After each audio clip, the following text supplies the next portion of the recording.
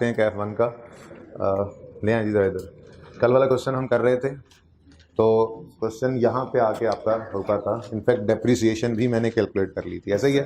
तो इससे आगे वर्किंग को कंप्लीट करता हूँ। एक एंट्री रहती थी ना, ठीक है, वो आखिरी एंट्री यहाँ पे करवाता हूँ आपको। आपका एसेट अकाउंट और एक्यूमुलेटेड ऑप्शन का अकाउंट क्लोजिंग बैलेंस निकल आया था, बैलेंस ही निकल आया था ना, रह गया था रीवैल्यूएशन सरप्लस का अकाउंट, ठीक है। तो यूँ कर लेते हैं, चलें एक स्टेप यहाँ से ज़रा रिवीजन भी हो जाएगी। हम 16 के साल की एंट्री सारी कर लेते हैं, ठीक है, सही है। तो और 31 दिसंबर 15 पर हमारी बुक वैल्यू कितनी आ रही थी? 95, ठीक है, ओके। अच्छा जी, कुछ बातें याद हैं? इससे परेशानों के बाद दरमियान से शुरू हो गई है। जो अगला सवाल हमने करना है उसमें ये सारा काम दोबारा करना है, इसलिए मैंने टाइम वेस्ट नहीं किया कि मैं दोबारा इस सवाल को शुरू से लिखूं, दोबारा सारी एंट्रीज लिखूं और यहाँ तक पहुँचें। यही काम हमने हर रोज़ करना है और हर नए सवाल में जितना काम कल किया वो लाजमी होगा और फिर उससे आगे चला करेंगे, ठीक है ना। तो बस इतनी सी बात अभी इस वक्त कर लेते हैं जितनी रह गई थी, थोड़ी सी रिवीजन के साथ, ठीक है। 1 जनवरी 16 पे हमारा एसेट रीवैल्यू हो रहा था, ठीक है। तो मैंने कहा था उस दिन हमने क्या करना होता है, बुक वैल्यू को मार्केट वैल्यू से कंपेयर करना होता है। तो वर्किंग में क्या किया था हमने, ये सारा काम रिपीट करना है अभी, ठीक है। वर्किंग में क्या किया था हमने जी, बोलो। वर्किंग में क्या किया था? एक लाइन खाली छोड़कर रीवैल्यूड अमाउंट लिखी थी। ये अल्फाज बोलने लाजमी है आपके लिए, ठीक है ना। एक लाइन खाली छोड़कर रीवैल्यूड अमाउंट लिखी थी, वर्किंग में ये स्टेप किया था, ठीक है। तो फिर इन दोनों के डिफरेंस से हमें 25 रुपये का रीवैल्यूएशन सरप्लस मिल गया था।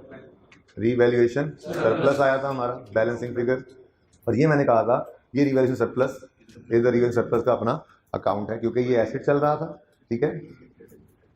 यहाँ पर एसेट था और ये रीवैल्यूएशन सरप्लस था, ठीक है ना। ये सारी कहानी ऊपर जो हुई थी वो मैंने स्किप कर दिया, ठीक है ना। इस 25 के ऊपर कुछ भी नहीं था, इसलिए ये 25 ही टोटल हमारा सरप्लस आ गया था इसमें, ठीक है। अब ये वर्किंग के अंदर रीवैल्यूएशन के दिन हमने किया, फिर मैंने कहा जनरल एंट्रीज की तरफ आएंगे तो रीवैल्यूएशन के दिन 2 एंट्रीज होंगी, रीवैल्यूएशन के दिन 2 एंट्रीज होंगी। पहली एंट्री ट्रांसफर की, पहली एंट्री ट्रांसफर की। क्या चीज ट्रांसफर की थी हमने? एक्यूमुलेटेड डेप्रिसिएशन अकाउंट का जितना भी बैलेंस उस दिन पड़ा है रीवैल्यूएशन के दिन तक, वो सारा ट्रांसफर कर दिया था एसेट अकाउंट में, ताकि एसेट अकाउंट आ जाए बुक वैल्यू पे, ठीक है। तो वो एंट्री क्या बनी थी?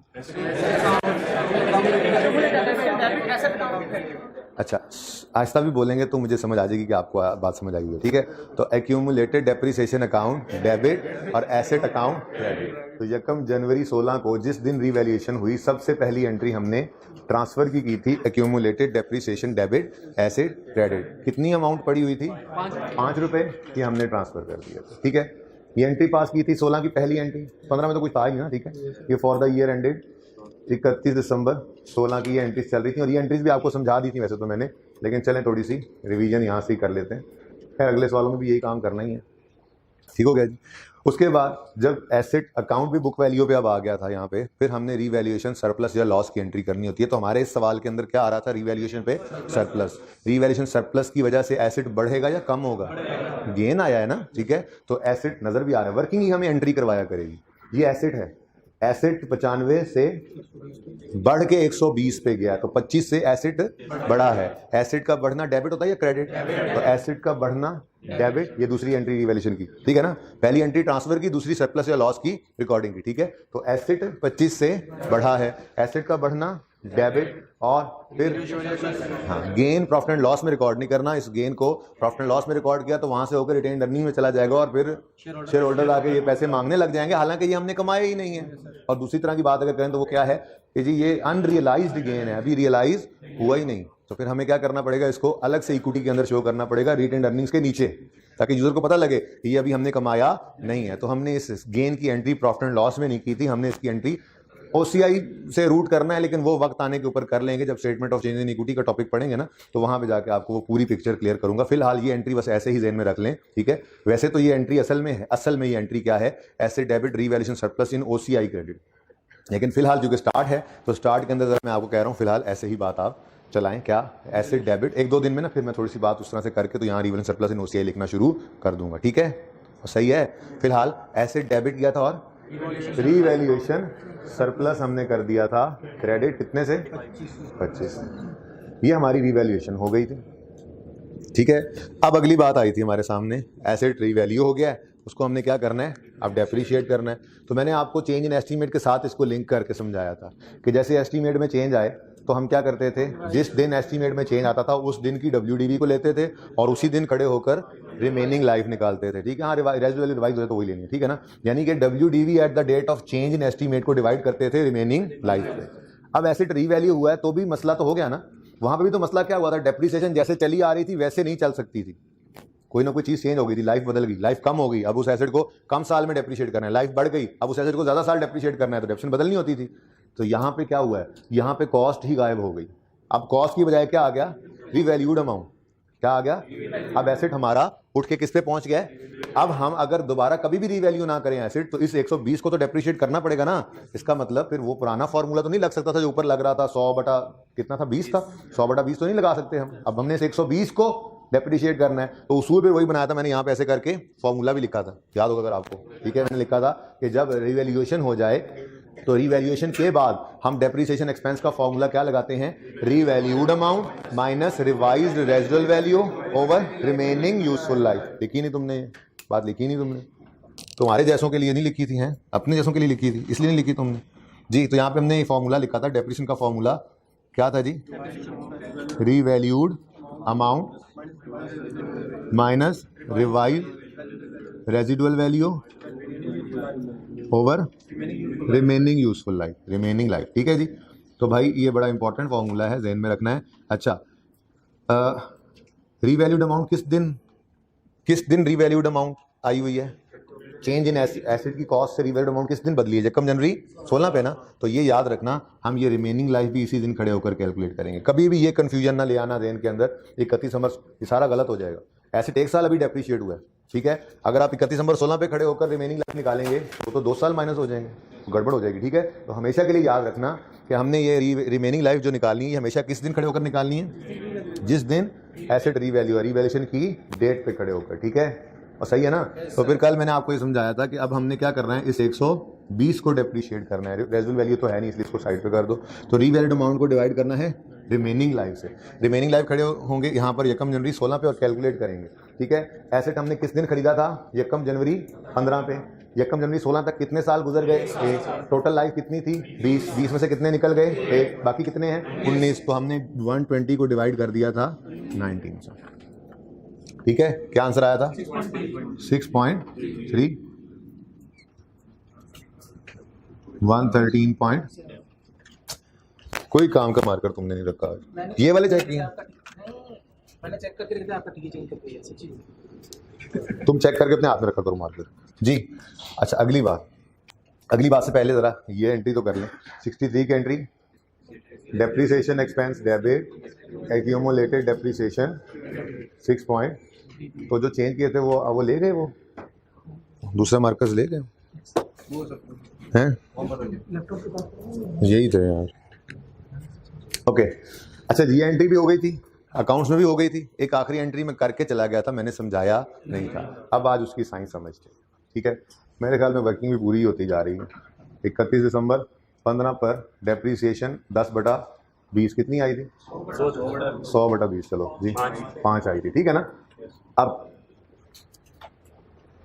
सिचुएशन देखें, अगर हम एसेट को रीवैल्यू ना करते, अगर हम एसेट को रीवैल्यू ना करते तो हमारी डेप्रिसिएशन कितनी हुआ करती थी, 5 की डेप्रिसिएशन। अगर हम एसेट को रीवैल्यू ना करते तो हर साल कितनी डेप्रिसिएशन आती, तो फिर इस साल की डेप्रिसिएशन भी कितनी आती, 16 की, 15 में भी 5 आई ना डेप्रिसिएशन, स्ट्रेट लाइन मेथड था। अगर हम एसेट को रीवैल्यू ना करते तो इस साल भी डेप्रिसिएशन कितनी आती, 5। अब जरा सोच के ध्यान से मेरी बात का जवाब देना है, हमने रीवैल्यूएशन की अपवर्ड, एसेट की वैल्यू बढ़ गई ना, एसेट की वैल्यू बढ़ी तो डेप्रिसिएशन भी, डेप्रिसिएशन क्या है, एक्सपेंस है। ठीक है, एक्सपेंस का बढ़ना प्रॉफिट को, ये बात मानते हो। अच्छा, अब हुआ क्या है, हमने एसेट को रीवैल्यू किया जब अपवर्ड, तो एसेट अपवर्ड रीवैल्यू होने की वजह से डेप्रिसिएशन एक्सपेंस बढ़ गया, और डेप्रिसिएशन एक्सपेंस के बढ़ने की वजह से प्रॉफिट कम हुआ, और प्रॉफिट का कम होना अल्टीमेटली रिटेन्ड अर्निंग्स को भी कम ही करता है ना। प्रॉफिट मींस रिटेन्ड अर्निंग्स, बोलो, या यूं कह ले रिटेन्ड अर्निंग मींस प्रॉफिट। ठीक है ना, तो प्रॉफिट का तो डायरेक्ट इंपैक्ट है, अगर प्रॉफिट ज्यादा होगा रिटेन्ड अर्निंग्स ज्यादा होंगी, प्रॉफिट कम होगा रिटेन्ड अर्निंग्स कम होंगी। अब मेरा मसला सुनिएगा, मेरी तकलीफ सुनिएगा, इस वक्त मुझे क्या तकलीफ हो रही है इस बात से। प्रूडेंस कॉन्सेप्ट आया, उसने आगे कहा भाईजान आप इस 25 के गेन को प्रॉफिट एंड लॉस में लेकर नहीं जा सकते। हमने उसकी बात मान ली, हम गेन को प्रॉफिट एंड लॉस में लेकर नहीं गए, लेकिन फिर हमने भी प्रूडेंस को जाते हुए पकड़ लिया आपसे। हमने कहा हमारी बात भी सुनो, तुमने इस एसेट के ऊपर होने वाले रीवैल्यूएशन गेन को प्रॉफिट एंड लॉस में नहीं ना डालने दिया, ठीक है, लेकिन इस एसेट के रीवैल्यू होने की वजह से इंक्रीमेंटल डेप्रिसिएशन हमें 1.3 मिलियन की पड़ गई है।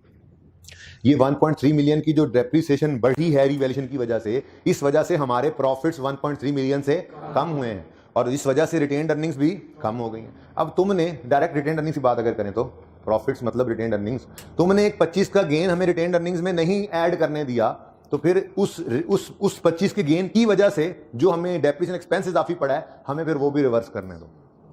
लॉजिकल है बात, देखो ना, या तो हमें वो गेन रिकॉर्ड करने देता तो फिर हमें इस इंक्रीमेंटल डेप्रिसिएशन पे भी कोई एतराज ना होता, लेकिन हमने इस एसेट के ऊपर होने वाले 25 के गेन को प्रॉफिट एंड लॉस में रिकॉर्ड नहीं किया, लेकिन इस रीवैल्यूएशन अपवर्ड रीवैल्यूएशन की वजह से डेप्रिसिएशन एक्सपेंस में 1.3 का क्या आ गया, इंक्रीज, जिस वजह से प्रॉफिट 1.3 से क्या हो गया, एक्सपेंस का बढ़ना प्रॉफिट को कम ही करता है ना। तो हमने कहा भाई अब ये जो हमारे प्रॉफिट्स के अंदर कमी आई है, हम इसको भी क्या करना चाह रहे हैं, रिवर्स, ठीक है। तो उसने कहा ठीक है कर लो। अब बेसिकली ये जो एंट्री मैंने कल करवाई थी, ये इंक्रीमेंटल डेप्रिसिएशन की एंट्री थी, ठीक है। वैसे ज़बानी आपको बताया तो ज़बानी 1.3 निकला, ज़बानी कैसे निकला, 5 की डेप्रिसिएशन होती अगर रीवैल्यू ना करते, 6.3 की हुई है तो कितनी ज्यादा हुई। अब इसी का एक शॉर्टकट है, वो शॉर्टकट क्या है, जो काम आप एसेट के साथ करें ना, 120 एसेट है ना, उसको डिवाइड किससे किया है, 19 से, आप वही सेम काम किसके साथ कर दें, 25 को लें और उसको भी डिवाइड कर दें, यहाँ 10 हो तो इसको भी 10 कर दें, यहाँ 6/12 आखिरी दिनों में मिड ऑफ द रिवीजन करेंगे, 6/12 हो यहाँ पे, यानी कि जो काम आपने इधर किया ना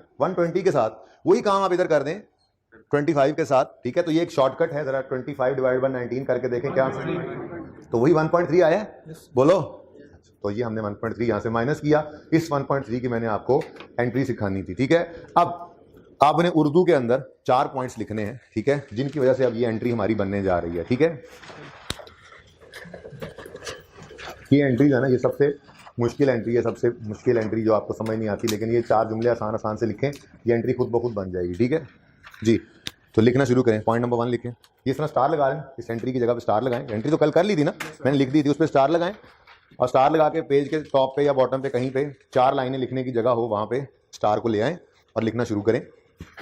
पॉइंट 1,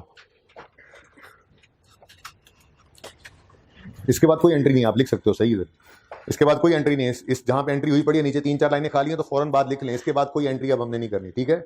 लिखें जी पॉइंट 1, अपवर्ड रीवैल्यूएशन की वजह से, अपवर्ड रीवैल्यूएशन अपवर्ड हुई है ना, तो बोलो रीवैल्यूएशन डाउनवर्ड भी हो सकती है, बोलो। हाँ, हमारा एसेट 95 पे पड़ा था, हमने 120 पे उसको हम ले गए, तो ये अपवर्ड है। हम 95 वाले को आगे अगला सवाल कर रहे हैं, हम उसको नीचे भी लाएंगे, डाउनवर्ड रीवैल्यूएशन भी होती है, ठीक है ना। अच्छा क्या लिख रहे थे हम, अपवर्ड रीवैल्यूएशन की वजह से डेप्रिसिएशन एक्सपेंस 1.3 से बढ़ गया, अपवर्ड रीवैल्यूएशन की वजह से डेप्रिसिएशन एक्सपेंस 1.3 से बढ़ गया, फुल स्टॉप के बाद इसी को कंटिन्यू करें। एक्सपेंस के बढ़ने की वजह से प्रॉफिट 1.3 से कम हो गया, एक्सपेंस के बढ़ने की वजह से प्रॉफिट 1.3 से कम हो गया, फुल स्टॉप। दूसरा पॉइंट लिखें, प्रॉफिट के कम होने का मतलब है कि रिटेन्ड अर्निंग्स भी 1.3 से कम हो गई, ठीक है। प्रॉफिट्स कम होने का मतलब, भाई कल रुको 1 मिनट, कल मैंने आप लोगों को एक छोटी सी एग्जांपल करवाई थी, उसका मकसद यही था, हम जब रिटेन्ड अर्निंग्स कंपनी केस में रिटेन्ड अर्निंग्स से कॉलम बनाते हैं तो रिटेन्ड अर्निंग्स से कॉलम में क्या जाता है, प्रॉफिट्स। रिटेन्ड अर्निंग्स क्या है, आप कल वाली एग्जांपल ओपन करके देखें, कल वाली एग्जांपल ओपन करें, ठीक है। इसके अंदर आपको रिटेन्ड अर्निंग्स का कॉलम, अगला कंपनी वाला केस यार, इससे अगला सफा जी, रिटेन्ड अर्निंग्स का लेजर सबके सामने है। पहले साल के पहले दिन ओपनिंग नील था, फिर उस साल का प्रॉफिट रिटेन्ड अर्निंग्स में ऐड हुआ तो क्लोजिंग में वो प्रॉफिट पड़ा है 30 रुपए, ठीक है। कल वाली एग्जांपल वो एन इंडिविजुअल स्टार्टेड बिजनेस वाली, ठीक है। फिर उसके बाद दूसरे साल का रिटेन्ड अर्निंग्स का लेजर देखें तो फिर ओपनिंग में क्या आया, वही पुराने साल वाले प्रॉफिट, ठीक है। फिर इस साल का प्रॉफिट इसमें जाकर ऐड हो गया 10 रुपए, और क्लोजिंग रिटेन अर्निंग्स भी क्या हैं, पिछले 2 साल के प्रॉफिट्स। अब यही आगे ब्रॉड फॉरवर्ड होगा, फिर अगले साल का प्रॉफिट ऐड होगा, और जाहिर सी बात है अगर कोई लॉस होगा तो माइनस भी इसी में से होना है, लेकिन फिलहाल उसको ना सोचे, ठीक है। ड्राइंग्स जो होंगी वो भी इसी में से निकलेंगी, फिलहाल उसको भी ना सोचे, सादा बात एक बार समझ लें, बाकी सारी चीजें तो होंगी ही, वक्त आने पर आती जाएंगी, ठीक है ना। तो मतलब रिटेन अर्निंग्स का मतलब ही क्या है, प्रॉफिट्स। बोलो, अगर हम कोई ऐसा काम करें जिससे प्रॉफिट में कमी आए तो अल्टीमेटली वो कमी कहां हिट कर रही है, रिटेन अर्निंग्स उसको कम कर रही है। प्रॉफिट कम होगा तो रिटेन अर्निंग्स कम है, देख लो आप। रिटेन अर्निंग्स के कॉलम में क्या, रिटेन अर्निंग्स के लेजर में क्या पड़ा है, प्रॉफिट्स ही पड़े हैं। तो प्रॉफिट्स कम करोगे तो रिटेन अर्निंग्स कम हो रही हैं, प्रॉफिट्स बढ़ाओगे तो रिटेन अर्निंग्स बढ़ रही हैं, ठीक है। वापस आओ जहां हम लिख रहे थे कुछ, प्रॉफिट कम होने, क्या लिखवा रहा था, हाँ, प्रॉफिट कम होने का मतलब रिटेन अर्निंग्स भी 1.3 से कम हो गए। प्रॉफिट्स कम का मतलब रिटेन्ड अर्निंग्स, RE लिख लेना ना, रिटेन्ड अर्निंग्स भी 1.3 से कम हो गई, फुल स्टॉप। अब तीसरे पॉइंट में मैं आपको जर्नल एंट्री लिखवाने लगा हूं उर्दू में, ठीक है ना। अच्छा, इससे पहले ये बात समझ आ रही है कि मसला कहां से शुरू है, हमें तकलीफ कहां से शुरू हुई है, पता है ना। तकलीफ हमें किसकी है, इंक्रीमेंटल डेप्रिसिएशन की। तकलीफ किसकी है जी, हाँ, इसकी हेडिंग बनाऊंगा ना मैं, ये एंट्री की हेडिंग बना दूंगा बाद में, ठीक है ना। हमें तकलीफ किससे शुरू हुई थी कि हमने कहा आपने सरप्लस हमें रिकॉर्ड नहीं करने दिया प्रॉफिट एंड लॉस में, तो इसी सरप्लस की वजह से ही तो हमें ये एक्स्ट्रा डेप्रिसिएशन पड़ी है, फिर हमें इसको रिवर्स करने में।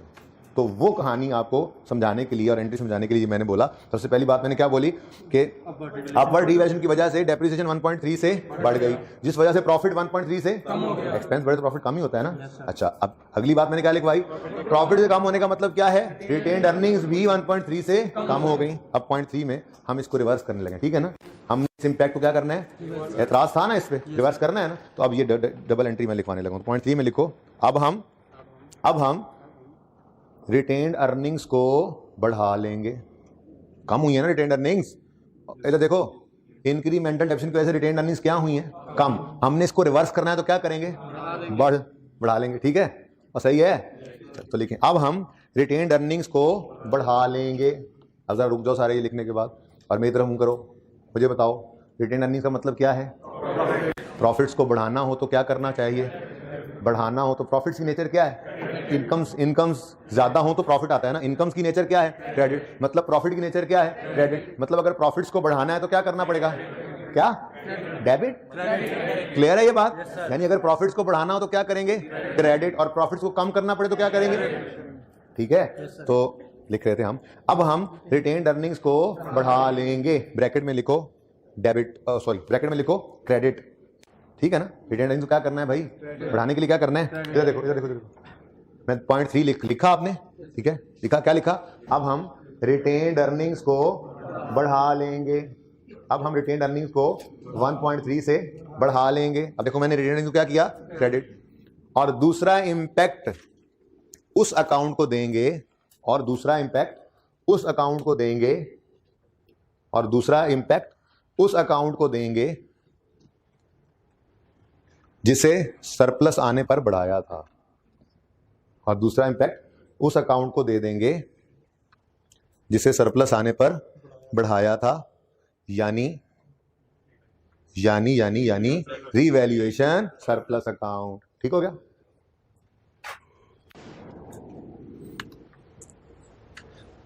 दूसरे इंपैक्ट जहां पे लिखा ना, और दूसरे इंपैक्ट को अंडरलाइन करके आप लिख सकते हो डेबिट। और देखो अगर रिटेन्ड अर्निंग्स को बढ़ाने पे क्या किया हमने, क्रेडिट, दूसरा इंपैक्ट बनता ही क्या है, डेबिट, ठीक है ना, सही है। जरा दोबारा सुनो, नहीं समझ आए, कुछ बच्चे परेशान है, मैं शुरू से बात करता हूं। ये सबसे मुश्किल यही एंट्री है, और बस यही है, रिवैल्यूएशन एंड हो जाना है, उसके बाद तो फिर सिचुएशंस है। उसके बाद क्या है, हम मुख्तलिफ सिचुएशन में कभी हम 3 रिवैल्यूएशन करेंगे, कभी सरप्लस पड़ा होगा, लॉस आ जाएगा, लॉस पड़ा होगा, सरप्लस आ जाएगा, बस फिर यही देखते रहेंगे, स्टार्ट ऑफ द ईयर करेंगे, मिड ऑफ द ईयर करेंगे, एंड ऑफ द ईयर करेंगे, बस। तो एंट्री यही आखिरी है, इसलिए पूरी तवज्जो इसके ऊपर लगाओ, कोई मसला नहीं है, मुझे कोई जल्दी नहीं है, ठीक है। सुना है पर्चे भी 15 मार्च को है, सुना है, ऐसे ही है, अच्छा सुना है आप लोगों ने, वाह वाह, खुला डुल्ला सेशन है ये। अच्छा जी, क्या कह रहा था मैं, हाँ चला शुरू से, मैं शुरू से बात सुनो अब पूरे ध्यान से प्लीज। रीवैल्यूएशन अपवर्ड हुई जिस वजह से डेप्रिसिएशन एक्सपेंस 1.3 से बढ़ गया, ये इंक्रीमेंटल डेप्रिसिएशन है, ठीक है ना। डेप्रिसिएशन एक्सपेंस के बढ़ने की वजह से प्रॉफिट 1.3 से कम हो गया, ठीक है। और प्रॉफिट कम होने की वजह से रिटेन्ड अर्निंग्स भी हमें इस पे एतराज है ना, हमने इसको रिवर्स करना है। तो फिर पॉइंट 3 में हमने क्या कहा, तो अब हम रिटेन्ड अर्निंग्स को बढ़ाएंगे। अर्निंग्स क्या है, प्रॉफिट्स नेचर क्रेडिट होती है, बढ़ाने के लिए क्या करना पड़ेगा, क्रेडिट। तो अब हम रिटेन्ड अर्निंग्स को बढ़ा लेंगे, ठीक है। और दूसरा इंपैक्ट डालेंगे उस अकाउंट पर जिसको सरप्लस आने पर बढ़ाया था, यानी रीवैल्यूएशन सरप्लस। ब्रैकेट में आपने लिख लिया, उसको क्या कर देंगे हम, डेबिट। तो यही मैंने एंट्री कल करके आपको वो बता दिया था कि ये क्या है जी, रीवैल्यूएशन सरप्लस का अकाउंट डेबिट और रिटेन्ड अर्निंग्स क्रेडिट, ठीक है। तो सही है। अब इसकी ना 2 नरेशंस बनती हैं, वो आप इस उर्दू के ऊपर चाहो तो लिख लो, चाहे तो वैसे लिख लेना, ठीक है। मैं यहाँ पे लिखने लगा हूँ। इसको हम ये भी कहते हैं कि हमने क्या किया है, transfer of incremental depreciation to retained earnings. क्या कहा जी, ट्रांसफर ऑफ देखो इंक्रीमेंटल डेप्शन की वजह से रिटेन्ड अर्निंग्स कम हुई थी ना, तो हमने वो इंक्रीमेंटल डेप्शन क्या की, सरप्लस से निकाली और निकाल के रिटेन्ड अर्निंग में ट्रांसफर कर दी, ठीक है ना। सही है। इससे ज्यादा डीप डाउन जाने की अभी जरूरत नहीं है। वैसे एक और बात भी की जा सकती है कि इतना रियलाइज हो गया है गेन, इस तरह से भी कुछ बच्चे सोचेंगे कि जी 1 साल चूंकि इस्तेमाल हो गया तो बात वो भी सही है, लेकिन फिलहाल उस तरफ ना जाओ, तो पहला दिन है, पहली बार एंट्री सामने आई है, ठीक है ना। तो क्या बन रही है बात, क्या बन रही है बात, हमने क्या किया, ट्रांसफर किया इंक्रीमेंटल डेप्रिसिएशन को रिटेन्ड अर्निंग्स में, ठीक है। एक और बात भी इसको कहा, एक और तरह से भी इसको कहा जा सकता है, वो क्या है जी,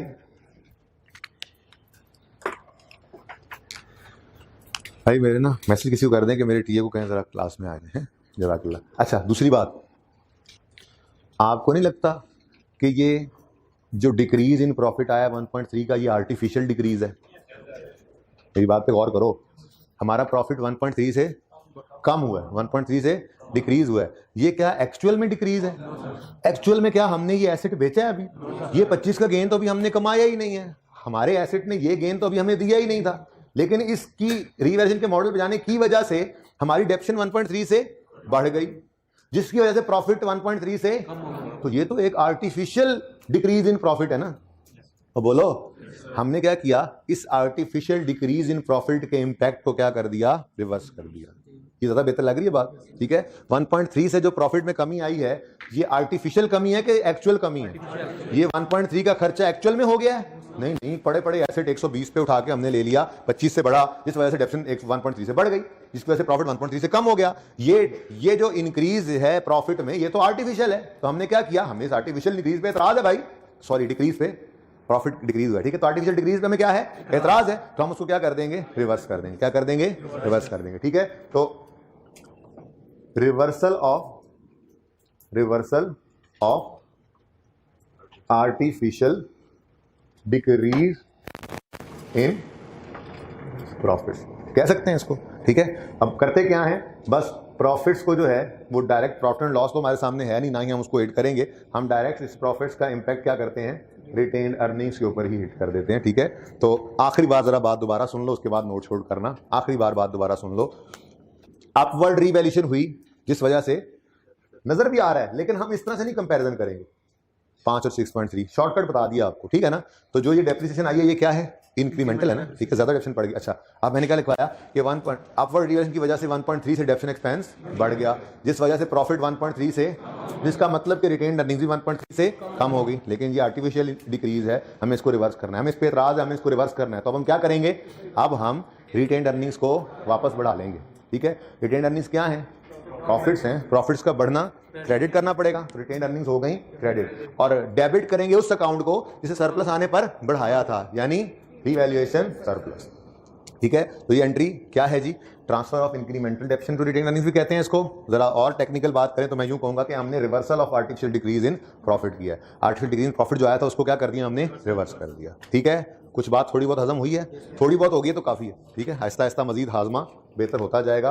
अब यहाँ पर क्या हुआ था जी, यकम जनवरी 16 पे एसेट से 25 रुपए की एंट्री पड़ी थी, asset debit revaluation surplus credit, ये वाली, ठीक है। बाकी दोनों अकाउंट्स तो आपके क्लोज हो गए थे ना, ठीक है। अब इस अकाउंट के अंदर ये एंट्री पड़ी, रीवैल्यूएशन सरप्लस डेबिट, और दूसरी तरफ रिटेन्ड अर्निंग्स हम बना नहीं रहे, क्योंकि रिटेन्ड अर्निंग्स के अंदर और भी बहुत कुछ होता है, ब्रॉड डाउन हमें नहीं पता, ठीक है जी। फिर प्रॉफिट्स फॉर द ईयर हमें नहीं पता, कोई डिविडेंड वगैरह, चलो अभी ड्राइंग्स ही कही जाओ, कोई ड्राइंग्स हैं वो हमें नहीं पता, ठीक है।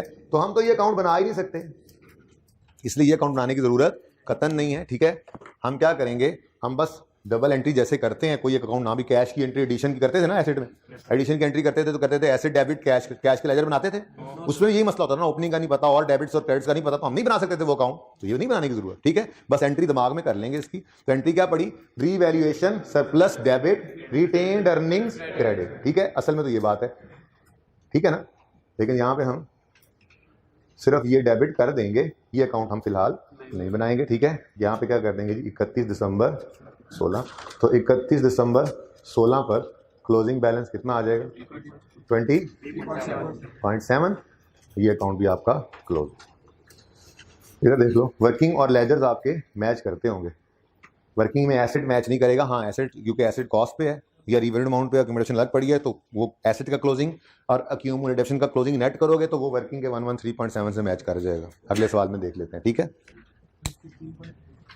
कोई क्वेश्चन है तो पूछें यार। ये मार्कर्स का इशू आ रहा है, कोई एक बच्चा जरा बाहर निकल के किसी को भी सामने को मिले तो बुला दें प्लीज, तंग हो रहा हूँ बहुत।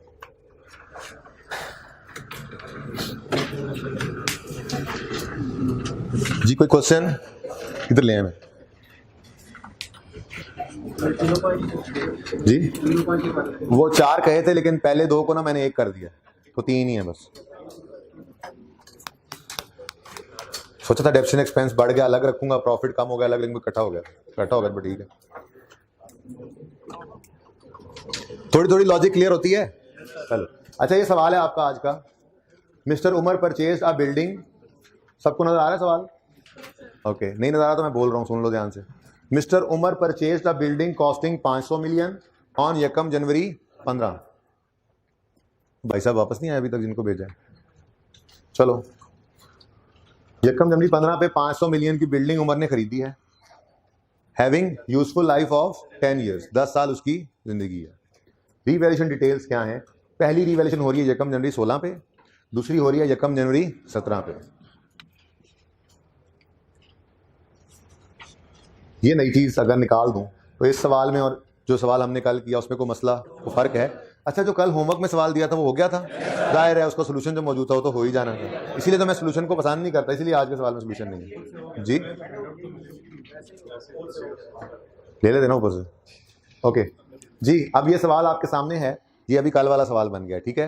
तो 31 दिसंबर 16 तक आपको लाने के लिए मुझे क्या करना पड़ेगा? मुझे कुछ भी नहीं करना पड़ेगा, मुझे सिर्फ आपको 2 से 3 मिनट देने पड़ेंगे। काम तीनों करने हैं, वर्किंग करनी है, फिर जर्नल एंट्रीज करनी है, फिर लेजर बनाने हैं। जल्दी करें।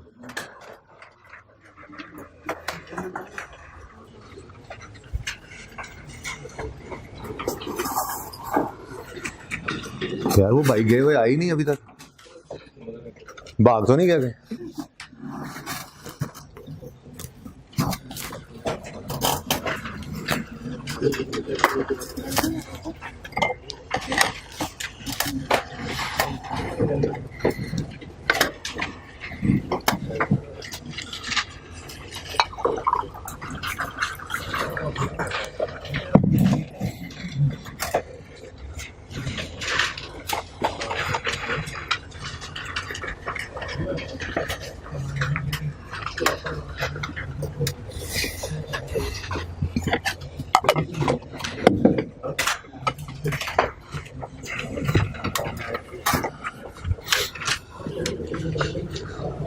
इनको भेजा था मैंने,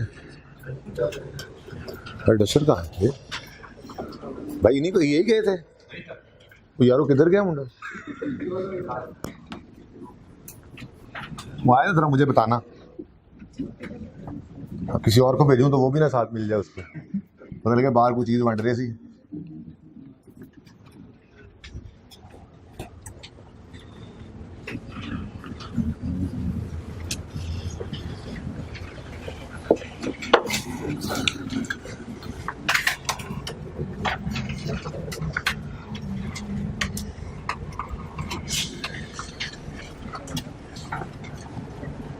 शाबाश शाबाश, हिम्मत करें।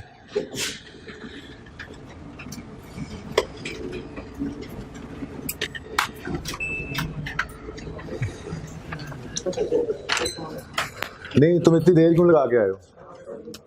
यार कोई भी नहीं था यार इधर, यार हद होगी यार।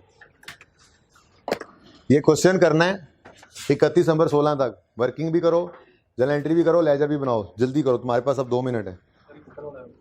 कल वाला सवाल है तो ना करें तो करो ना, फिर वो अगला मिटाया हुआ है उसको नहीं सीखना, आज नया काम नहीं सीखना। आज पहले उसी तरह से सरप्लस आएगा और दूसरी लेन में लॉस आएगा, फिर देखेंगे उसको क्या करना है, ठीक है? क्योंकि वहां तक तो पहुंचे।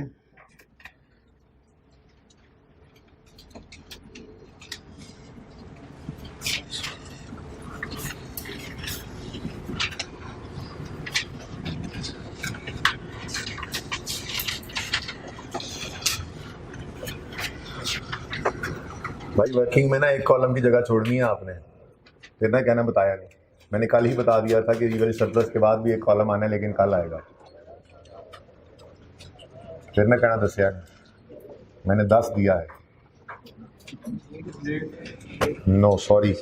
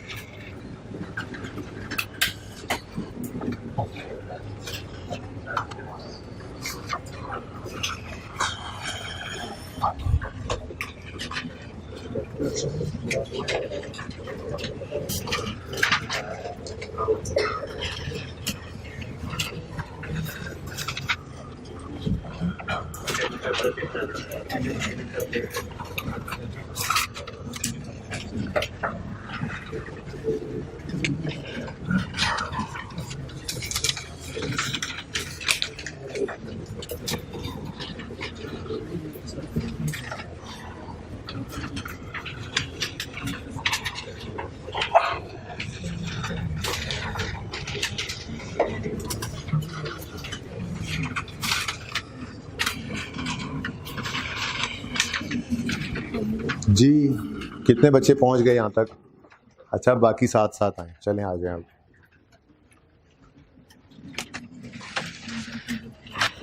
कितने बच्चे कहते हैं अगर सिर्फ 30 सेकंड और मिल जाए तो हम भी पहुंच जाएंगे? 1 मिनट दिया।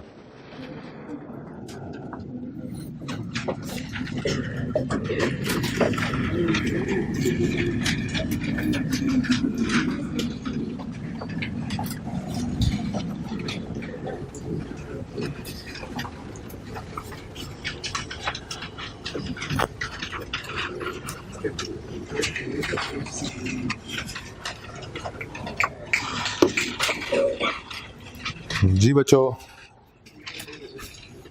तैयार हैं? आ जाए फिर इधर। बस अब रुक जाएं, अब रुक जाएं, मेरी बात सुन लें।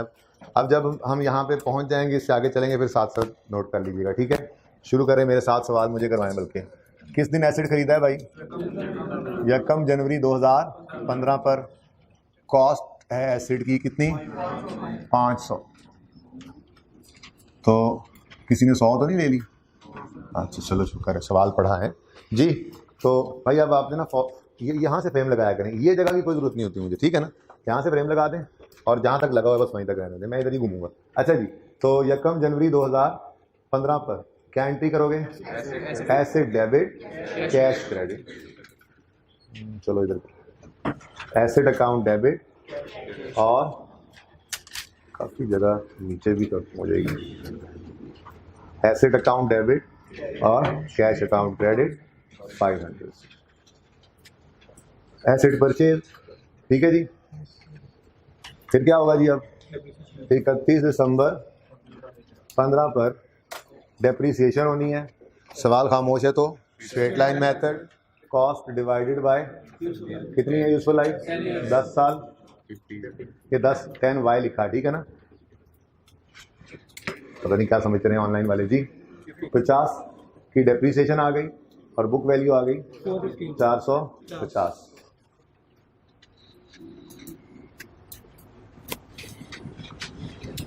ठीक है जी। अब 31 दिसंबर 15 पर ये डेप्रीसिएशन की एंट्री पास करेंगे, बोलें depreciation expense debit accumulated depreciation 50 रुपये से, डेप्रीसिएशन ऑफ 2015 चार्ज या रिकॉर्डेड, जो मर्जी लिख लें नरेशन, ठीक है जी। 16 की दी हुई है तो 16 लिख लेते हैं। हमने एसेट यकम जनवरी 15, अच्छा ठीक है, ठीक है जी। सही किया इसने, ऑनलाइन में बच्चे इसके ऊपर भी सवाल पूछ लेते हैं। अच्छा जी, यहाँ तक को मसला नहीं है, अकाउंट्स में यहाँ तक ले आए चीज़ों को जी। एसेट का अकाउंट यकम जनवरी 2015 पर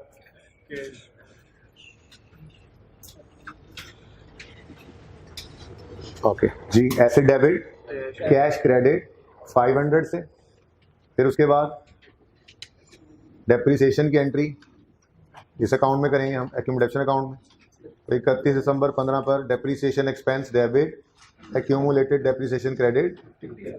अब किसी को अगर ये नज़र नहीं आ रहा किसी वजह से तो मैं बोल तो रहा हूँ, सिंपल सा एक लेजर है एक्यूमुलेशन का, बचपन से बनाते आ रहे हैं, ठीक है भाई। ये इधर तक लेके आए ज़रा, यहाँ पे चमक तो नहीं पड़ रही कैमरा में है। बहरहाल जी ऑनलाइन वाले बच्चों, ये एक्यूमुलेशन का अकाउंट है, मेरे पास और जगह कोई नहीं है और मैं कुछ भी मिटाना नहीं चाह रहा, ठीक है। मैं चाह रहा हूँ सारी पिक्चर सामने। तो एक्यूमुलेशन का अकाउंट है जिसमें मैंने depreciation expense debit accumulated depreciation credit की एंट्री पास की है 50 की 31 दिसंबर 15 पे, ठीक है जी। तो कोई इतनी बड़ी बात नहीं है, ओके जी।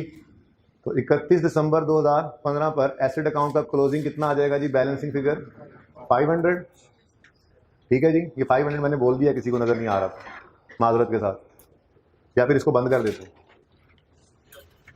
लेकिन अगर रिवॉल्यूशन भी देखनी है ना, चले।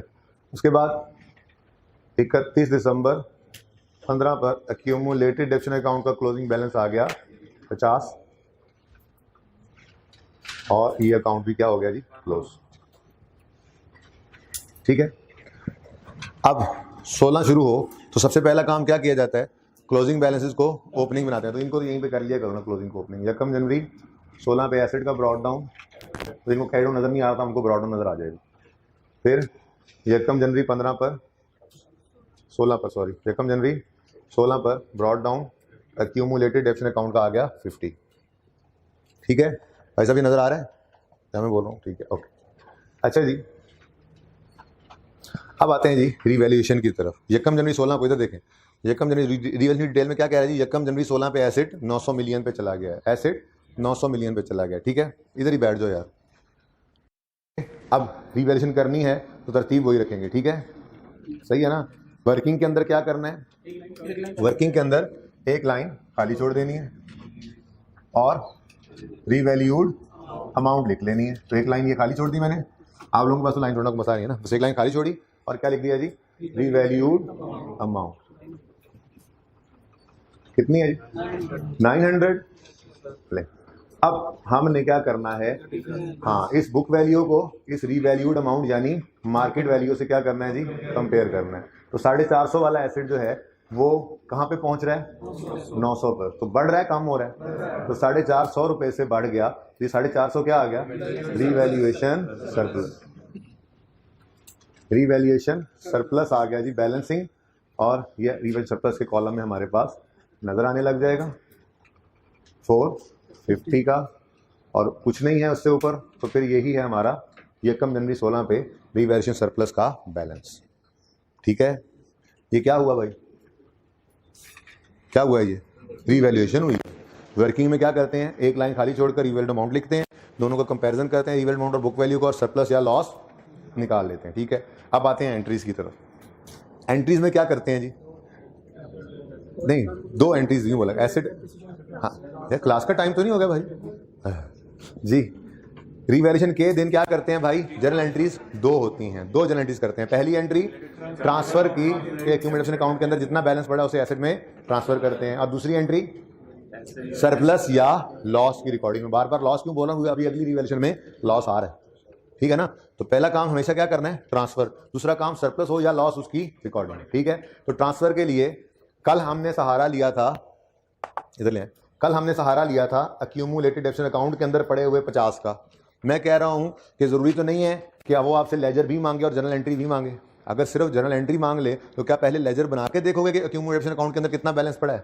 उसका आंसर है नहीं। तो हम इस मोहताजी से निकल आते हैं, हम डायरेक्ट एंट्री की तरफ आते हैं।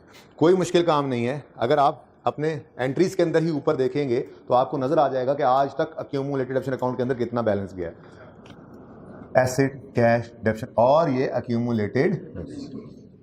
तो आज तक अक्यूमुलेशन अकाउंट के अंदर कितना बैलेंस गया हुआ है, 50, यानी कितना बैलेंस इसमें पड़ा है। अच्छा, अगर 2 साल बाद रिवैल्यूएशन होती तो फिर 50 और 50 100 पड़ा होता, 3 साल बाद होती तो ये एंट्रीज देख के पता लग जाता ना कि ये अक्यूमुलेशन क्रेडिट तो हुआ है, कभी डेबिट नहीं हुआ, तो फिर सब कुछ वहीं पे पड़ा होता। बात समझ रहे हो ना, ठीक है। लेकिन फिलहाल तो स्टार्ट है ना, स्टार्ट तो आज दूसरा ही दिन है, तो एक ही डेप्रिसिएशन अभी तक पड़ी हुई थी अक्यूमुलेटेड डेप्ट अकाउंट के अंदर, वो कितनी है, 50। कितनी है? अब इस 50 को क्या करना है, ट्रांसफर करना है कहाँ, एसेट अकाउंट में, ताकि एसेट अकाउंट आ जाए बुक वैल्यू पे। तो फिर ट्रांसफर की एंट्री क्या है, बोलो सब, अक्यूमुलेटेड डेप्रिसिएशन। तो यकम जनवरी, एक minute, for the year ended heading दे लूँ, for the year ended 31 December 16। इस साल में सबसे पहले दिन ही क्या हो गया, रिवैल्यूएशन हो गई। और रिवैल्यूएशन के दिन हमेशा याद रखना कितनी एंट्रीज हुआ करेंगी, 2। पहली एंट्री ट्रांसफर की, ट्रांसफर की एंट्री पास होने वाले बच्चे सब बोलेंगे, accumulated depreciation debit asset credit. देखा, बुलवाना आता है ना, अक्यूमुलेशन डेबिट एसेट क्रेडिट कितने से, ये देखो जितना पड़ा था वो अब डेबिट करके इसको हमने खाली कर दिया, नील हो गया ये, ठीक है, सही है। ये हमने क्या किया जी, ट्रांसफर ऑफ एक्यूमुलेटेड डेप्रिसिएशन। इतनी ही नरेशन काफी है ना, पहले दिन लिख लिया सारा कुछ। पर्चे में तो बस लिखो क्या, transfer of accumulated depreciation to asset account, बहुत ज्यादा लिखना है तो बस, ठीक है। सेकंड क्या है जी, सरप्लस या लॉस की रिकॉर्डिंग। हमें क्या आ रहा है, सरप्लस या लॉस। अच्छा, अब हमारी ये वर्किंग ही हमारे साथ एंट्री करवाया करेगी, ये याद रखना। भी आगे मुश्किल एंट्री जब बनेगी ना तो ये वर्किंग ही हमें एंट्री करा रही होगी, ठीक है। वर्किंग को देखो, एसेट है, एसेट बोलो, एसेट की नेचर क्या होती है, रियल। सरप्लस की नेचर क्या होगी, क्रेडिट। ये पता होना चाहिए, ठीक है ना। अब एसेट हमारे सामने, एसेट की नेचर क्या है, डेबिट। तो एसेट 450 से प्लस मतलब बढ़ रहा है, प्लस नजर आ रहा है ना, 450 रुपए से एसेट बढ़ा, एसेट का बढ़ना डेबिट, वर्किंग हमें करवा रही है एंट्री। तो एसेट अकाउंट हो गया डेबिट कितने से, 450 से, और रीवैल्यूएशन सरप्लस क्रेडिट 450 से। कल शायद OCI वाली बात करूं, फिलहाल जरा ये पक्का करने, ठीक है, कि रूट कहां से करते हैं और क्या होता है, ठीक है ना। कल इंशाल्लाह सोचूंगा, कल नहीं तो परसों, जब भी देखेंगे, जब आप इस पे कंफर्टेबल हो जाएंगे, ठीक है। और सही है, अच्छा हो गई दोनों एंट्रीज, रिवैल्यूएशन के दिन खड़े होकर दोनों एंट्रीज हो गई। अकाउंट्स में करना चाहो तो इनको अकाउंट्स में भी कर लो, कर लेते हैं। पहली एंट्री, एक्यूमुलेटेड को ट्रांसफर कर दो एसेट अकाउंट में, एक्यूमुलेटेड डेप्रिसिएशन यकम जनवरी 16, और ये एसेट अकाउंट यकम जनवरी 16। सेकेंड एंट्री, एसेट डेबिट 450 से, और चलो यहां बना लेते हैं अब, रीवैल्यूएशन सरप्लस क्रेडिट कितने से, 450 से, यकम जनवरी 16। यहाँ पे एसेट गुजारा हो जाएगा, छोटा सा अकाउंट हो गया। यहाँ पे क्या लिखोगे जी, रीवैल्यूएशन सरप्लस। अभी क्लोज करके देख लो इसको, ये रीवैल्यूड अमाउंट शो करेगा। एसेट अकाउंट पहले कॉस्ट पे था, अब रीवैल्यूड अमाउंट पे आ गया, ठीक है ना। लेकिन एक्यूमुलेशन अलग ही रखनी है फिर भी, सही है। होगी दोनों एंट्रीज, चलें आगे। नेक्स्ट इशू क्या आएगा, 31 दिसंबर 16 पर हमें ये एसेट डेप्रिशिएट करना पड़ेगा, ठीक है। तो डेप्रिसिएशन के लिए अब 500/10 रेलेवेंट, क्योंकि हमारा एसेट कहाँ पे पहुंच गया, तो हम रीवैल्यूड अमाउंट को डेप्रिशिएट करेंगे रिमेनिंग लाइफ पे, और रिमेनिंग लाइफ निकालेंगे 31 दिसंबर 16 पे खड़े होकर।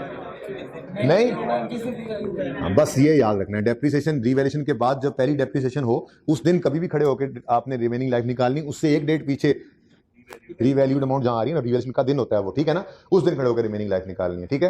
ये बार बार बोल रहा हूं, आपका रोजगार सामने नजर आ रहा है, हद हो गई, ऊपर एक डेप्शन पड़ी है, आप 10 में से 1 माइनस करें 9 कर लें, मुश्किल सवालों के लिए बात कर रहा हूं। आप बड़े हो गए ना, तो ऐसे सवाल नहीं होगा यकम जनवरी से शुरू कराएगा तो तरतीब से चलाएगा।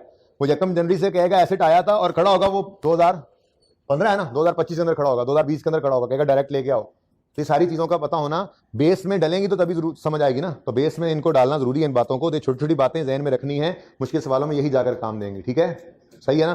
तो हाँ जी, यकम जनवरी 15 को जो एसेट खरीदा था, यकम जनवरी 16 तक कितना पुराना हो गया, 1 साल। टोटल लाइफ कितनी थी, 10 में से 1 गया तो 9 अच्छा जी, कितना 100। अच्छा, अब इस 100 को देखते ही पता लग रहा है कि इधर 50 आना है, क्योंकि इंक्रीमेंटल डेप्शन ही आती है ना इधर। लेकिन हमने ऐसे थोड़ा ही देखना है, हम तो शॉर्टकट लगाएंगे। जो हशर एसिड के साथ किया 900 के साथ जो किया वही 450 के साथ कर दो, ताकि जैसे जैसे ये एसिड कम हो। इसकी एक वजह ये भी होती है इंक्रीमेंटल डेप्शन को चार्ज करने की। चलो लॉजिक एक आधी और आ जाए, चलो 2-3 तो आई समझ। एसिड को डेप्रिशिएट करते रहे तो उसका सरप्लस पड़ा रह गया, फिर एसिड खत्म हो जाएगा, सरप्लस बड़ा होगा। तो हम क्या करते हैं, जैसे ऐसे एसिड डेप्रिशिएट होता है वैसे वैसे सरप्लस को भी कम करते जाते हैं, ताकि जब एसिड खत्म हो उसका सरप्लस भी साथ ही। एक बहुत टेक्निकल बात है, वो मैं कह रहा हूँ अभी ना सोचो। कुछ बच्चे सोच रहे होंगे कि ये एसिड यूज हुआ है ना तभी रियलाइज हो गया थोड़ा सा, नहीं छोड़ो इस बात को भी ना सोचो, ठीक है। अब 2-3 दिन में फिर किसी वक्त सोच लेंगे, ठीक है। चलें आगे, कितना आ गया जी 450 डिवाइड बाई 9, बोलो 50, ठीक हो गया। अब ये दोनों एंट्रीज करनी होंगी हमने, ठीक है। ये कितने पे आ गया, 800 पे, और ये सरप्लस की बुक वैल्यू आ गई। भाई बुक वैल्यू का मतलब क्या होता है, किताबों में चीज कितने पे पड़ी है। तो ये एसिड की बुक वैल्यू है, ये रिवेशन सरप्लस की बुक वैल्यू है। कोई एतराज तो नहीं इसके बुक वैल्यू कहने पे आप, ठीक है। ये हमारे पास आ गया जी 31 दिसंबर 16 का एसिड और सरप्लस का बैलेंस, ठीक है। अब ये 100 की और ये 50 की एंट्री करनी है। 100 की एंट्री करवा दो भाई, 31 दिसंबर 16, बोलो बोलो बोलो। Depreciation expense debit, accumulated depreciation credit 100 से। दूसरी एंट्री, अच्छा मजे की बात है, ये भी वर्किंग एंट्री करा रही है हमें। सरप्लस की नेचर क्या है, क्रेडिट। इसमें जब जब इंक्रीज आएगा तो ये क्या होगा, क्रेडिट, और जब इसमें डिक्रीज आएगा तो क्या होगा। तो एंट्री तो यहां से भी हो सकती है, वो लंबी बात याद नहीं रखनी, तो वो तो लॉजिक थी, ठीक है। तो सरप्लस क्या हो रहा है, रिवर्स सरप्लस क्या हो रहा है, डेबिट। क्या कम क्या हो रहा है, डेबिट। और ये हमने क्या करना है, इंक्रीमेंटल डेप्रिसिएशन का इंपैक्ट रिवर्स करना है, ये आर्टिफिशियल डिक्रीज इन प्रॉफिट्स को रिवर्स करना है। तो डेबिट कर देना है सरप्लस को, क्रेडिट कर देना है रिटेन अर्निंग्स को, ठीक है। तो यही एंट्री सीखी है हमने, बोलो। तो revaluation, surplus, debit, retain earnings, credit 50, ठीक है जी। और लंबी अंग्रेजियां क्या लिखनी, बस ये लिख देना इसके नरेशन में, transfer of incremental depreciation to retained earnings, to R E, ठीक है ना, सही है जी। नहीं भाई नरेशन नीचे लिखते होते हैं हम, ये नरेशन है।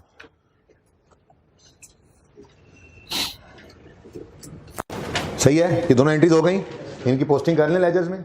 कल से मैंने लेजर को नहीं बनाने, बस आप घर पे बनाया करेंगे, लेकिन बनाएंगे, ये भी जरूरी है, ठीक है ना, ओके सही है जी।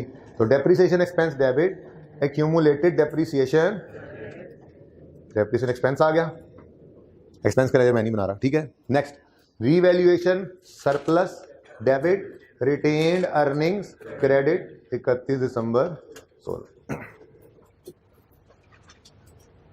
ठीक हो गया जी। साल खत्म 31 दिसंबर 16 पे, इसका क्लोजिंग कितना आ रहा है 400, इधर भी 400 ही आ रहा है, देखो सही जा रहे हैं। वर्किंग में बुक वैल्यू और लेजर क्लोजिंग बराबर है ना, ठीक है, ओके। एसिड अकाउंट को भी क्लोज कर देते हैं। क्या आ रहा है जी क्लोजिंग बैलेंस, 31 दिसंबर 16 पर क्लोजिंग बैलेंस क्या आ रहा है 900। ये 900 ही तो रीवैल्यूड अमाउंट थी, मतलब सही जा रहे हैं, दूसरी निशानी, ठीक है। फिर 31 दिसंबर 16 पर क्लोजिंग बैलेंस इसका 100 आ गया, क्योंकि पिछले साल की डेप्शन तो सारी ट्रांसफर हो गई थी, तो इस साल में 1 साल की डेप्शन होनी थी बस, ठीक है जी।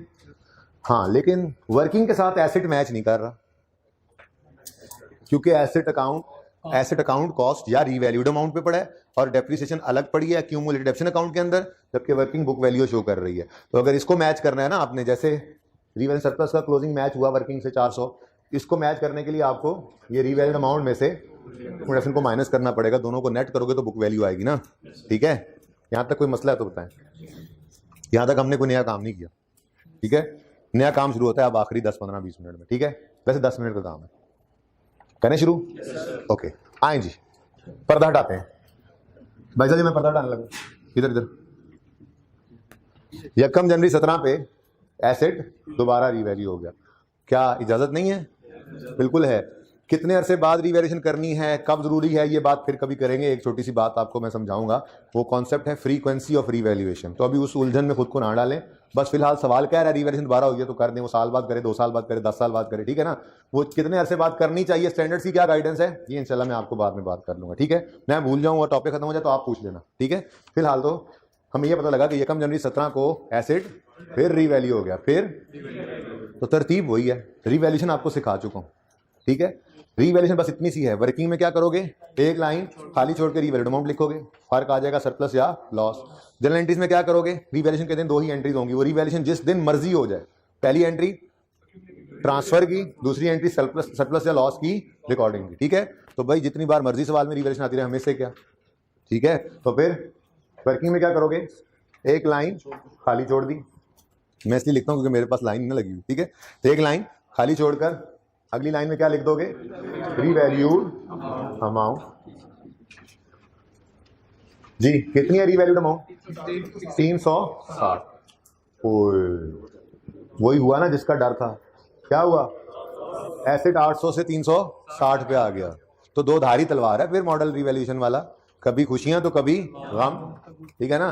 तो खुशियां सरप्लस, गम लॉस होगा, और ठीक है ना।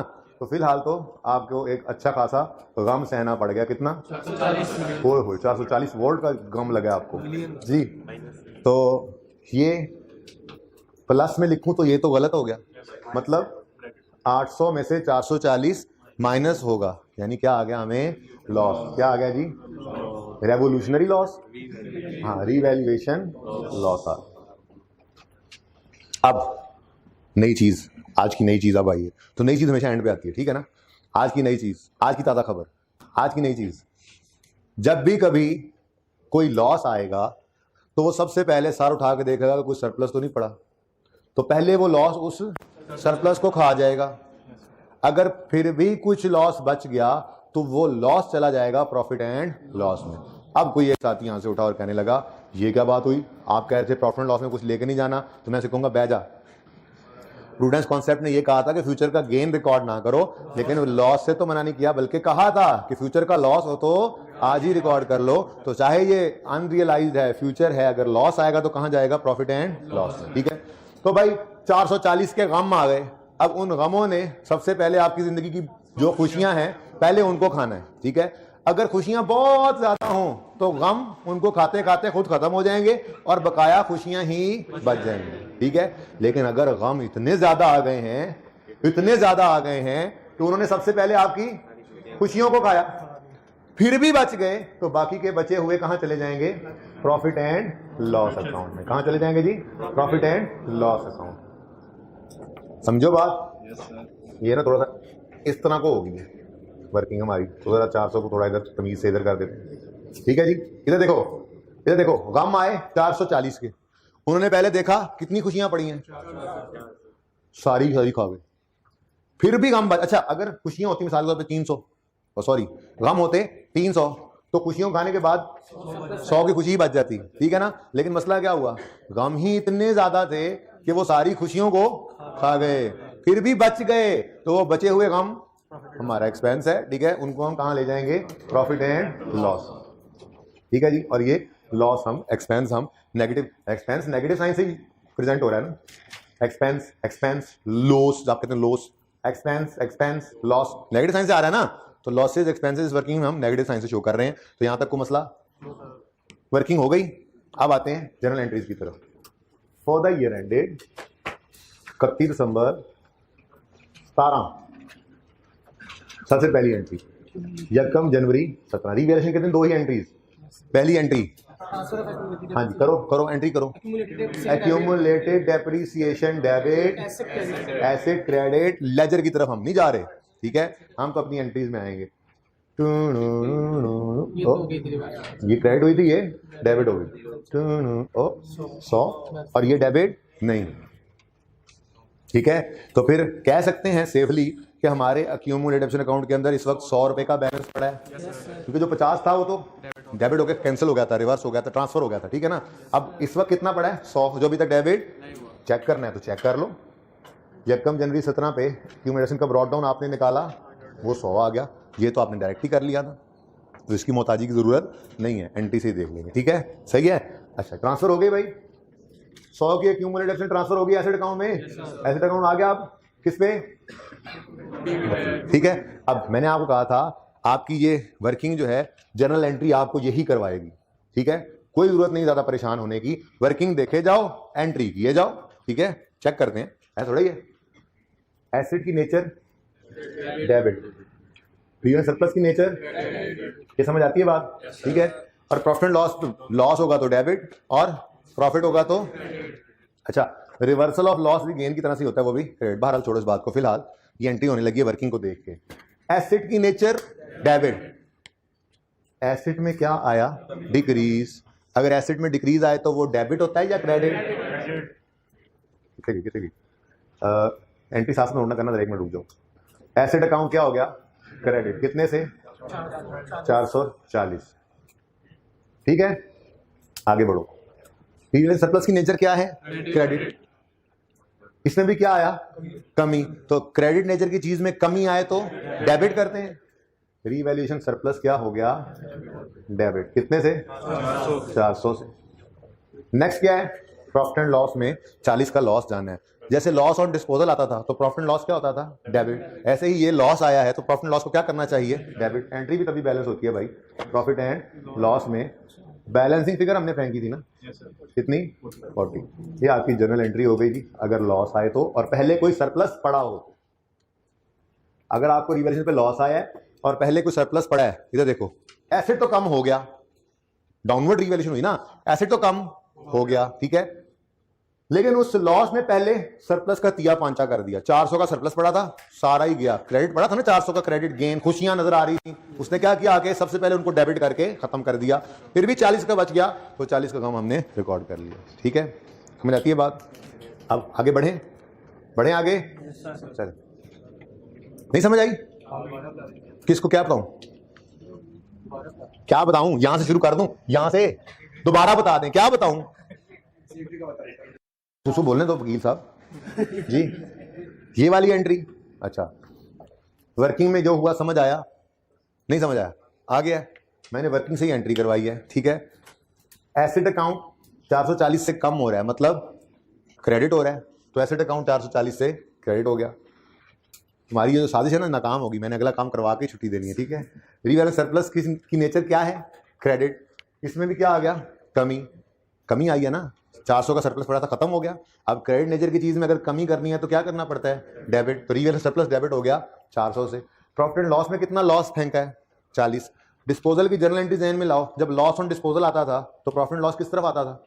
बैलेंसिंग फिगर डेबिट भी आता था ना, मतलब कभी लॉस आया तो प्रॉफिट एंड लॉस क्या होता है? डेबिट। ये वैसे ही डेबिट हो गया प्रॉफिट एंड लॉस 40 से, ठीक है, साजिशी नासिर, ओके। उसके बाद क्या करें जी, बोले? थोड़ी सी जगह बनाई मैंने पहले तो जी। उसके बाद क्या करेंगे भाई? Depreciation, okay.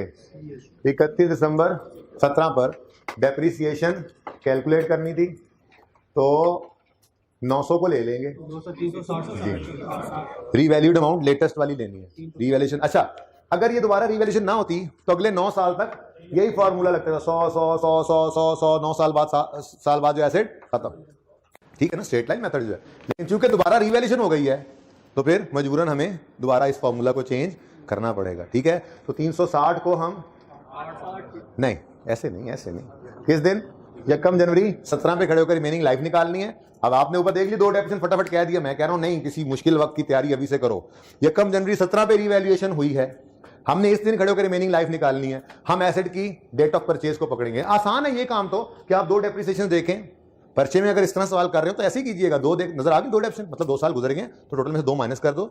लेकिन मैं तो कह रहा हूं मुश्किल के लिए तैयार तो हो जाओ, कभी को मुश्किल आना पड़े तो, ठीक है। तो यकम जनवरी 17 पे खड़े होकर हम रिमेनिंग लाइफ निकालने लगे। एसेट खरीदा कब था? जमाई ना लो, एसेट खरीदा कब था? यकम जनवरी 15 पे, यकम जनवरी 17 तक कितने साल गुजर गए? 2। टोटल लाइफ थी 10, कितने गुजर गए? 2, बाकी कितने हैं? ये प्रैक्टिस करते रहे आप, ठीक है जी। डिवाइडेड बाय 8 और इस 40 के साथ भी वही असर कर दो। अच्छा, इसकी एक्सप्लेनेशन कल, क्योंकि टाइम खत्म हो गया, ठीक है। बताओ जी। 45 और यहाँ पे +5 आएगा, ये माइनस है ना, इसको उल्टाने के लिए क्या करते हैं, वर्किंग में ये करना है, लेकिन इसकी जनरल एंट्री कोई नहीं होगी, रिलैक्स हो जाए। वो क्यों नहीं होगी, अब ये लॉजिक तो इंशाल्लाह कल ना, इसके ऊपर तो 10-15 मिनट लग जाने। जैसे ये 3 पॉइंट्स मैंने लिखवाए थे ना पिछली एंट्री के लिए, वैसे ही इसके लिए भी लिखवाने पड़ेंगे। तो फिलहाल चूंकि एंट्री नहीं है तो जिंदगी सुकून में, एंट्री नहीं करते किताबों में, बस इतनी सी बात लिखी होती है कि एंट्री नहीं करनी इसकी, ठीक है ना। मैं आपको लॉजिकली बात समझाने की कोशिश करूंगा, लग रहा आ जाए। बहरहाल ये क्या आ गया जी, बुक वैल्यू 31 दिसंबर 17 पे क्या आ गई? 315 और ये -35 पे पड़ा होगा, ठीक है। यहां हमारा सवाल होता है खत्म जी। तो इस 45 की एंट्री बताएं। 31 दिसंबर 17 depreciation debit, accumulated depreciation credit कितने से? 45 से। और 31 दिसंबर 17 पर where is red marker? Camera वाले भाई, रेड मार्कर मैं खुद ढूंढूंगा। अच्छा जी, मैं बात करने लगा हूं, देखें ये एंट्री हमने कर ली, मैं भी टिक करता हूं एंट्रीज आपके साथ, अभी रिवाइज करके छुट्टी तभी मिलेगी, ठीक है। मैं बात करने लगा हूं इस 5 की। मैं क्या कह रहा हूं जी, इस 5 की नो एंट्री, इस 5 की तो आपको तकलीफ होगी अगली, फिर वर्किंग में क्यों लिखा भाई, उसको किसी दिन फिर प्रूव करूंगा, ये लिखना जरूरी है, ठीक है। इसके बगैर आगे जाके कोई गड़बड़ हो जाती है, तो वो गड़बड़ इंशाल्लाह प्रूव करेंगे जब कोई और सवाल करेंगे। अभी तो दूसरा दिन है ना, अभी तो आप पैदा हुए हैं रिवैल्यूएशन में, तो चलना तो सीख ले, ठीक है। तो बहरहाल इसकी कोई एंट्री नहीं करनी, ये तो मैं कल आते ही समझाऊंगा इंशाल्लाह, ठीक है ना। ये कल आते ही बात करेंगे। फिलहाल 31 दिसंबर 17 पे ये जो 5 है, इसकी कोई एंट्री हम नहीं करेंगे, नो एंट्री ऑफ +5, ठीक है भाई, तो सही है। इसको कल इंशाल्लाह हम प्रूव करेंगे कि क्यों नहीं की हमने एंट्री, ओके। अच्छा अब इधर देखो, हाँ ओके मैं करता हूं ओके तुम लोगों को। कल सब बच्चों की एंट्रीज इस तरह से तेज होनी चाहिए जैसे अब मैं करने लगा हूं। एक बार सुनो, पहले साल में कितनी एंट्रीज हैं? 2। दूसरे साल में 5 वाले 5वीं एंट्री दिखाओ। तीसरे साल में वो चौथी कहां है? ओ सॉरी, ठीक है। अब ये एंट्री देखें, देखिएगा सबकी तवज्जो। मैं कल वर्किंग से ऐसे ही बीच में खड़े करके बच्चे एंट्री सुनूंगा, ध्यान में रखो, इसलिए प्रैक्टिस करके आनी है ऐसे। 500 asset debit cash credit, 50 depreciation expense debit accumulated depreciation credit. समझ आती है एंट्री की? ब्लू पहली एंट्री एक्यूमुलेटेड डेप्रीसिएशन डेबिट, ये तो यहां नजर ही, तो याद रखनी है ये बात, ट्रांसफर की एंट्री वर्किंग में नजर नहीं आया करेगी, क्योंकि वर्किंग तो ऑलरेडी किस पे है? बुक वैल्यू पे, ठीक है, सही है। तो हम यूं बोलेंगे, जैसे 500 आया, एसेट डेबिट कैश क्रेडिट, दूसरा डेप्रीसिएशन डेबिट एक्यूमुलेटेड क्रेडिट। अब आ गई रिवैल्यूएशन, तो पहली एंट्री क्या होती है? अब वो एंट्री ऐसे करेंगे, एक्यूमुलेटेड डेप्रीसिएशन डेबिट, ऐसे ख्याल में ही करनी है ना, वर्किंग में तो नजर नहीं आ रही, ठीक है ना। तो asset accumulation debit asset credit, और दूसरी एंट्री देखो asset debit revaluation surplus credit, asset भी बढ़ा सरप्लस भी बढ़ा। दूसरी एंट्री नजर आई, पहली नजर, बात समझ गए हो ना। ये देखो asset debit cash credit, depreciation debit accumulation credit, accumulation debit asset credit, asset debit revaluation surplus credit, depreciation debit accumulated credit, revaluation surplus debit retained earning credit. Next accumulated debit asset credit, पहली entry नजर नहीं आ रही 100 की, working में नजर नहीं आएगी, तो एक्यूमुलेटेड डेबिट एसेट क्रेडिट। दूसरी entry revaluation surplus debit, profit and loss account debit, तरतीब यही थी ना, और एसेट क्रेडिट, ये दूसरी एंट्री पड़ी है आपकी, ठीक है। थर्ड डेप्रीसिएशन एक्सपेंस डेबिट 45 से एक्यूमुलेटेड क्रेडिट नजर आ गई, और इसकी कोई एंट्री नहीं करनी है, तो इसकी कोई एंट्री नहीं करनी। क्लियर है ये बात? Okay, now look at the homework please. Stop talking. Question number 2 is also your homework. The good news is question number 2 of classwork is also your homework. Such a good news. Such a surprise for you. Yes, this will be available inshallah after 5 minutes. ठहर जाओ अभी किधर। अच्छा फोटोग्राफरों सब्र करो, homework के सवाल तो देख लो, 2 सवाल होमवर्क के भी हैं, ठीक है जी, देख लिए ये तीनों करना, वरना कल क्लास से बाहर भेज दूंगा। एक जी क्वेश्चन। ओह 1 मिनट सबकी तवज्जो जल्दी से। 17 का लेजर ही नहीं बनाया। पहली एक्यूमुलेशन डेबिट, एसेट क्रेडिट, यहां ब्रॉड डाउन तो लिख लो ना भाई, जल्दी से देख लो 1 मिनट, कोई ना समझ आई तो कल कर लेंगे, नो इशू, ठीक है। ट्रांसफर हो गया तो बोलो। अच्छा अब revalue surplus debit, profit and loss debit और एसेट, इसके 3 तरीके हैं। पहला तरीका यार याद है आपको, एडिशन अगर कुछ कैश और कुछ पेबल में होता तो 3 तरीके होते थे लिखने के। आप एसेट की डेबिट साइड पे कैश एंड पेबल लिख दें, आप एसेट की डेबिट साइड पे कैश और पेबल अलग अलग लिख दें, आप एसेट की डेबिट साइड पे एडिशन लिख दें, ये भी वैसा ही है। आप एसेट की क्रेडिट साइड पे 440 लिखकर यहाँ पर लिख दें रिवैल्यूएशन लॉस, रिवैल्यूएशन लॉस, काम चल जाएगा। दूसरा तरीका क्या है, आप यहाँ पर लिखें एसेट की क्रेडिट साइड पे रिवैल्यूएशन लॉस 40, रिवैल्यूएशन सरप्लस 400, दोनों सूत्रों में यहाँ 440 ही आया, ठीक है। और तीसरी सूरत क्या है, आप यहां लिखें रिवैल्यूएशन लॉस एंड यूं लिख लें, आप यूं लिख लें revaluation surplus and profit and loss. ये तीनों तरीके ही अलाउड है, पर आज का दिन फिलहाल क्योंकि क्लास खत्म हो गई है, हम ये वाला लिख लेते हैं। ये भी बिल्कुल सही है, रिवैल्यूएशन लॉस लिख लिया हमने, और क्लोजिंग बैलेंस जो है वो आपका आएगा, चेक कर लो कितना आ रहा है, हाँ 360 से आगे पीछे हो भी नहीं सकता, ठीक है। ये यकम जनवरी 17, यकम जनवरी 17, ये 31 दिसंबर 17। यहां पर डेप्रिसिएशन 45 की आएगी और ये क्लोजिंग आपका 40। अच्छा ये बेचारा जो है, अगर उस एंट्री को देखें ना तो इस एंट्री का क्या हुआ है, रिवैल्यूएशन सरप्लस यकम जनवरी 17 पे ब्रॉड डाउन पड़ा था 400, ये एंट्री पड़ी revaluation surplus debit, profit and loss debit, profit and loss बना नहीं रहे थे, और एसेट क्रेडिट 440 से। तो ये बेचारा जो है ना, ये यहाँ पर क्या हो गया, फौत हो गया। वो फौत तो हो चुका था, वर्किंग भी नजर आता, सॉरी ये मैं लेजर्स बनाना भूल गया था, ठीक है। ओके जी चले आए भाई, ठीक है जी, आज के लिए इतना ही। जिंदगी रही तो मैं जब अल्लाह हाफिज करने लगूँ ना तो तब मत बोला करो, बच्चों को लगता है कोई सवाल पूछ लिया आप लोगों ने जिसका जवाब सिर्फ आपको मिलने लगा है, ठीक है जी। क्लास खत्म करते हैं, अल्लाह हाफिज।